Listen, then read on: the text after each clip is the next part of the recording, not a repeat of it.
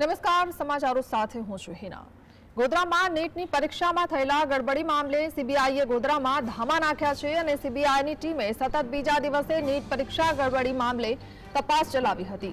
નીટની ટીમે સર્કિટ હાઉસમાં ગોધરા પોલીસ સાથે બેઠક પણ કરી, જેમાં પોલીસે તપાસ સંબંધિત 6 થી વધુ ફાઇલો સીબીઆઈને આપી છે અને સીબીઆઈએ 1000 થી વધુ પેજના દસ્તાવેજોની ચકાસણી શરૂ કરી છે। આ સાથે જ સીબીઆઈએ વિદ્યાર્થીઓના નામની યાદી પણ મેળવી છે।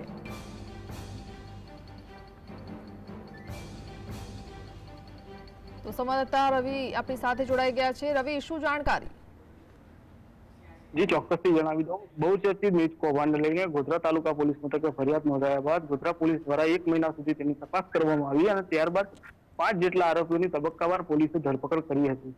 સમગ્ર મામલામાં જે રાજ્ય સરકાર છે તેઓ રાજ્ય સરકાર દ્વારા જે નીટની પરીક્ષાને લઈને જેની ફરિયાદની તપાસ સીબીઆઈને સોંપવામાં આવી હતી અને ગઈકાલથી ગોધરામાં સીબીઆઈએ ધામા નાખ્યા છે। આજે બીજો દિવસ છે।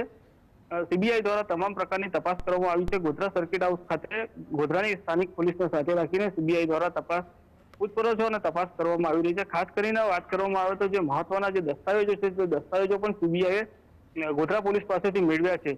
જે વિદ્યાર્થીઓના નામોની યાદી છે તે પણ મેળવી છે અને તેના આધારે સીબીઆઈ દ્વારા હાલ તપાસ કરવામાં આવી રહી છે। જી રવિ, આભાર।